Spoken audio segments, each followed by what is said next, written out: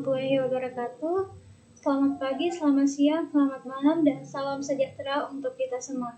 Semoga kita selalu senantiasa dilindungi oleh Allah Subhanahu wa Ta'ala. Baik, apakah di sini ada yang belum mengenal saya? Jika belum, saya akan memperkenalkan diri. Walaupun kalian sudah mengenal saya tetap akan memperkenalkan diri. Perkenalkan, nama saya Nifta Nurul Madani dengan nomor NIM 2104035000028 dari jurusan Administrasi Pendidikan kelas 01 Fakultas Ilmu Pendidikan Universitas Negeri Makassar. Di sini saya akan menjelaskan sebuah materi tentang ICT sebagai infrastruktur pendidikan. Namun, pertama-tama saya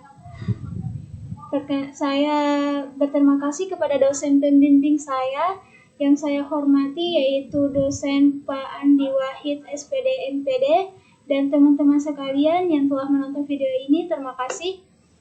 Untuk mempersingkat waktu, saya akan langsung saja membawakan materi saya. Di dalam sebuah materi terdapat pengertian. Nah, pengertian ICT sendiri yang biasa disebut dengan teknologi informasi dan komunikasi yang dipersingkat dengan TIK atau dalam bahasa Inggris dikenal dengan istilah Information and Communication Technology yang biasa disebut dengan ICT. Merupakan media alat bantu untuk melakukan kegiatan seperti pemrosesan, manipulasi, pengolahan, dan transfer pemindahan informasi. ICT terdiri dari dua aspek. Yang pertama adalah teknologi informasi dan teknologi komunikasi. Teknologi informasi meliputi segala hal yang berkaitan dengan proses, penggunaan sebagai alat bantu, manipulasi, dan pengolahan informasi. ICT selanjutnya adalah ICT dan Kebijakan Pendidikan Nasional. Perkembangan internet dan komunikasi teknologi yang biasa disebut dengan ICT telah hadir dan berkembang cepat di Indonesia dalam beberapa dekade terakhir ini, membawa sebuah negara dalam sebuah desa global yang menghubungkan semua penduduk di muka bumi. Hal ini mengakibatkan pemerintah Indonesia menyesuaikan kebijakan terhadap perkembangan ICT tersebut. Nah, pembelajaran berbasis teknologi informasi dan komunikasi dalam rangka mewujudkan keunggulan proses belajar, ini ada penyelenggaraan berbasis ICT. Tersebut memerlukan persyaratan terkait dengan ketersediaan infrastruktur, kemampuan pengembangan konten, dukungan polisi, dan kemampuan masyarakat. Nah, selanjutnya ada ragam teknologi kanal distribusi. Distribusi informasi lembaga pendidikan berkaitan dengan penentuan dan manajemen saluran distribusi. Nah, apa sih strategi distribusi informasi? Menurut Ulil Multazam, ada 4, yaitu strategi saluran distribusi berganda, strategi modifikasi saluran distribusi, strategi pengendalian saluran distribusi, dan strategi manajemen konflik dalam sebuah distribusi.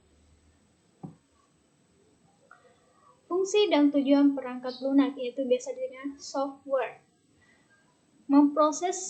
Pertama itu ada memproses data, instruksi perintah hingga mendapat hasil atau menjalankan sebuah perintah tertentu. Kedua, sarana interaksi dan menjembatani atau menghubungkan penggunaan komputer.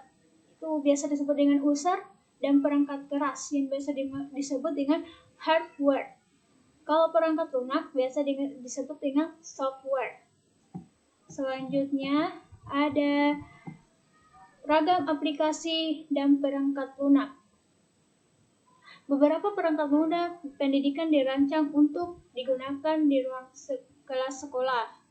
Nah, perangkat lunak atau yang biasa disebut dengan software adalah istilah khusus untuk data yang diformat atau disimpan secara digital. Di dalamnya termasuk program komputer, dokumentasi, dan berbagai informasi yang dapat dibaca dan ditulis oleh komputer.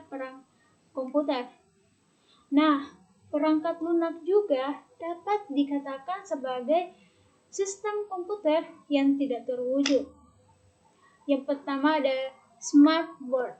Yang paling menonjol dalam smartboard yang menggunakan Smart Netbook untuk berinteraksi dengan papan yang memungkinkan penggunaan pena untuk menggambarkan secara digital di papan tulis. Kedua ada software, yaitu software manajemen. Kelas seperti guru sering memilih untuk menggunakan perangkat lunak pendidikan. Selanjutnya ada bahasa pemrograman, yaitu pengertian dari bahasa pemrograman adalah instruksi standar untuk memerintah komputer yang memiliki fungsi tertentu.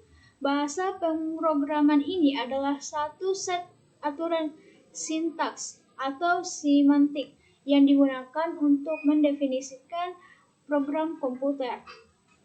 Apa fungsi dari bahasa pemrograman yang memerintahkan komputer? Itu untuk mengolah data sesuai dengan logika yang kita inginkan. Nah, selanjutnya ada sistem basis data. Sistem basis data memiliki beberapa komponen, di antaranya ada perangkat keras atau hardware. Nah, ini sistem basis datanya adalah komputer, hard disk, memori sekunder offline yang biasa disebut ROM flash disk atau perangkat komputer jaringan. Kedua ada sistem operasi seperti Windows, Unix, dan Linux. Ketiga ada aplikasi atau perangkat lain. Aplikasi ini tergantung kebutuhan pemakaian basis data yang dibuatkan program khusus untuk melakukan pengisian, pengubahan, atau pengembalian data yang mudah dalam pemakaiannya. Keempat, ada basis data komponen. Sekumpulan data yang terorganisir dengan baik sehingga data tersebut mudah disimpan, diakses, dan juga dapat dimanipulasi. Kelima, ada database management system atau biasa disebut dengan DBMS.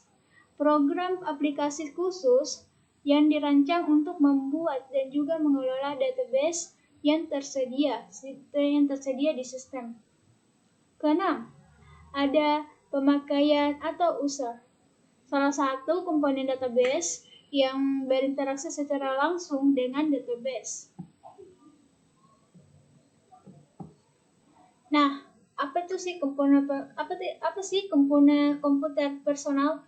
Nah, komputer personal adalah komputer serbaguna yang ukuran, kemampuan, dan harganya membuat layak untuk penggunaan individu.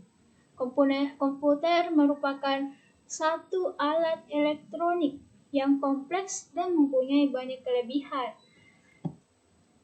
Komputer personal. Apa sih peran komputer di bidang pendidikan? Nah, diantaranya itu ada alat presentasi. Alat untuk mempresentasikan sebuah ide ataupun gagasan. Biasanya banyak digunakan dalam rapat pembangunan dan juga mahasiswa yang mempresentasikan hasil penelitian mereka. Kedua, ada pengganti mesin ketik. Sekitar tahun 80-an sampai dengan tahun 90-an, mesin ketik masih menjadi andalan dalam menulis laporan ataupun menulis buku. Nah, ketiga, sebagai alat hitung. Banyak sekali angkutan yang menggunakan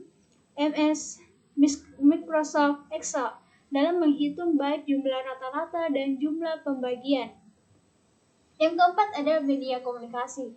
Dengan masyarakat luas, internet adalah kumpulan satuan dari komputer di dunia yang saling berhubung antara satu dengan yang lain. Nah, selanjutnya itu ada alat-alat digitalnya. Yang pertama ada komputer, kedua ada proyektor LCD, dan ketiga televisi, keempat internet, kelima GPS, keenam handphone, dan ketujuh ada modem. Sistem operasi. Sistem operasi dalam bahasa Inggris yang biasa disebut dengan operating system atau OS yang dipersingkat dengan OS adalah seperangkat program yang mengelola sumber daya perangkat keras komputer. dan menyediakan layanan umum untuk aplikasi perangkat lunak. Menurut Nasaruddin 2012 mengatakan bahwa Android merupakan sistem operasi pada handphone yang bersifat terbuka dan berbasis pada sistem operasi Linux. Sistem operasi mempunyai penjadwalan yang sistematis mencakup pemerhitungan penggunaan memori, kedua pemrosesan data, ketiga penyimpanan data, keempat dan sumber daya lainnya. Adapun yang selanjutnya yaitu sistem jaringan dan komunikasi data. Mengingat pentingnya fungsi jaringan dan komunikasi data sebagai sarana dalam mencari informasi di dunia maya, maka ketersediaan akses internet di setiap level dan bagian mencari kunci utama. Data penting dapat segera diakses melalui pertama, media komputer. Nah, sharing data dan mengirimkan data secara langsung melalui komputer tanpa perlu harus menggunakan kurir. Kedua, ada laptop, mengakses data melalui portal web. Ketiga, ada telepon seluler. Data dan informasi yang spesifik bisa diberikan kepada para penanggung jawab. Selanjutnya di media transmisi, infrastruktur teknologi informasi. Perkembangan teknologi informasi dan komunikasi TIK terakhir mengalami kemajuan yang sangat pesat. Hal tersebut dikarenakan oleh kuatnya era globalisasi di mana komputer dan internet dengan sifatnya yang dinamis merupakan fasilitas yang telah mendominasi berbagai aktivitas kehidupan, sehingga aktivitas pendidikan seperti perkantoran, komersial, dan industri secara mutlak memerlukan ketersediaan fasilitas tersebut. Baiklah, itulah tadi materi dari ICT sebagai infrastruktur pendidikan. Kurang dan lebihnya mohon dimaafkan. Saya akhiri. Wabillahi taufiq wal hidayah. Wassalamualaikum warahmatullahi wabarakatuh.